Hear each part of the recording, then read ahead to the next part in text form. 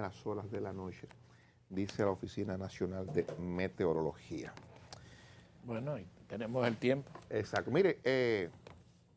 decía ahorita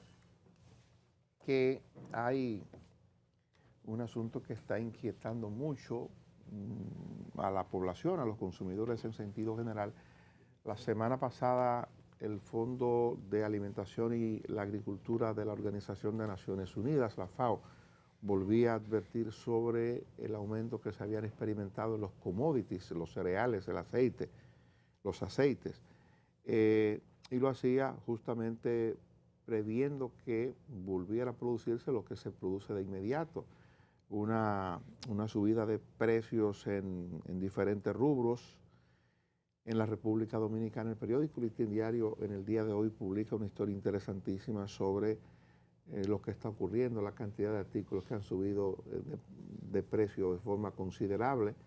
Hay una declaración del presidente de la Federación Dominicana de Comerciantes, Iván García,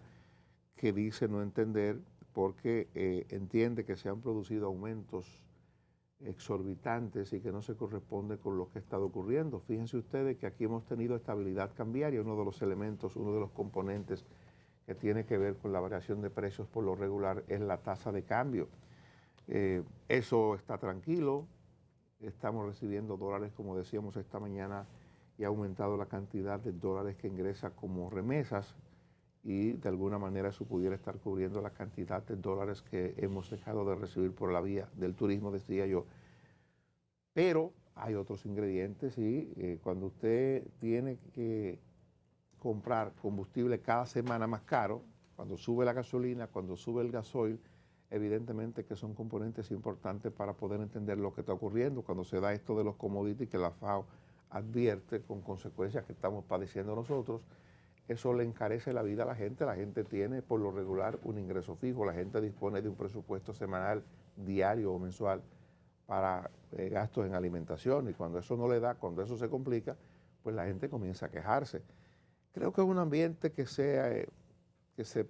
pinta, que se puede enrarecer, a pesar de las cosas buenas que han ocurrido, el intento de reactivación de la economía por parte del gobierno, que ha estado muy bien dirigido, muy bien enfocado, no hay duda de eso.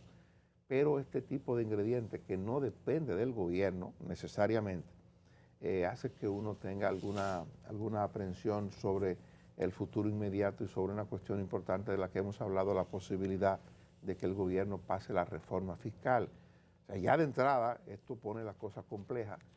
y evidentemente que si la reforma no pudiera estar lista para el mes de septiembre, no pudiéramos entonces articular un proyecto de presupuesto que recoja lo que plantea o lo que plantearía la reforma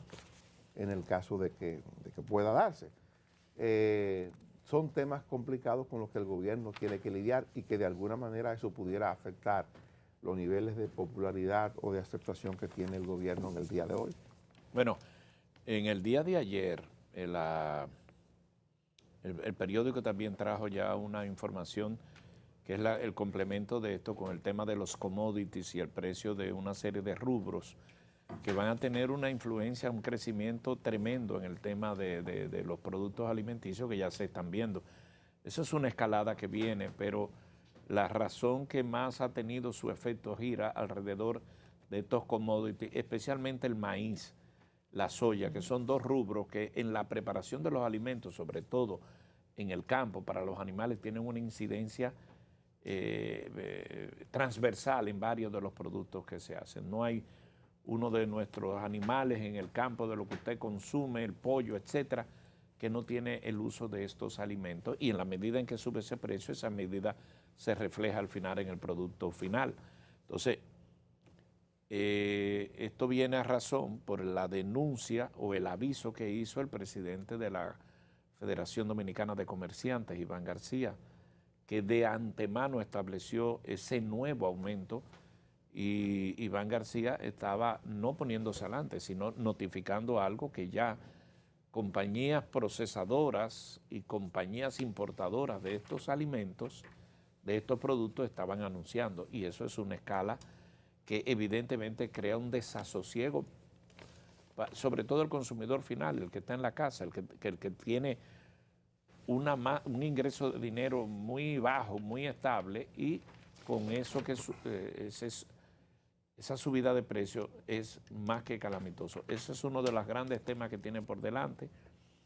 Y en medio de la circunstancia hablar del tema de la reforma fiscal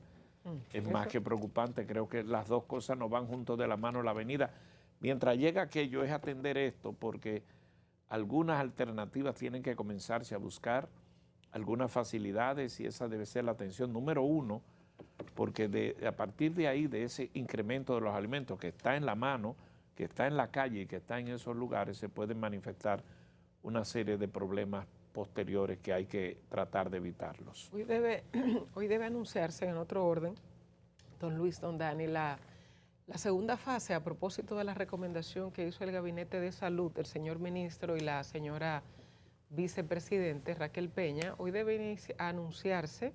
el Ministerio de Educación debe hacerlo,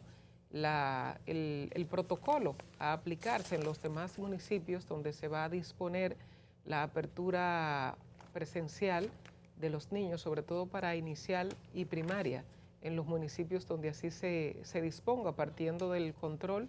que se tenga del COVID en esas comunidades. Hoy debe hacerse ese anuncio. El ministro, que tuvo una actividad en Puerto Plata el fin de semana, donde hablaba de los 12 puntos estratégicos del modelo de gestión educativa con el que está comprometido el presidente Luis Abinader. El ministro recomendó también, y creo que es muy importante, no como una condicionante para que se abran las aulas, sino como una medida de prevención y de aporte también, sino que se instalaran centros de vacunación en los centros educativos para los familiares de los niños y niñas que iniciarían, que llegarían a la presencialidad en este año escolar en el que nos encontramos aún, 2020-2021. Creo que es muy importante. De repente hubo como una reacción de que si era una obligación. No es una obligación, pero creo que dentro de esta situación y dentro del propio Plan Nacional de Vacunación sería importante la disponibilidad de esos centros de vacunación en las escuelas para que los familiares de los niños aprovechen ahí y se inoculen también. Es importante para terminar con el círculo vicioso del COVID. Pues si usted no se infectó hoy, bueno, pues tiene la posibilidad de infectarse más adelante, pero si ya van vacunándose los grupos familiares, pues es más fácil el regreso a las aulas. Entonces hoy se va a anunciar la segunda fase, luego de la recomendación que hizo el Gabinete de Salud, que ha sido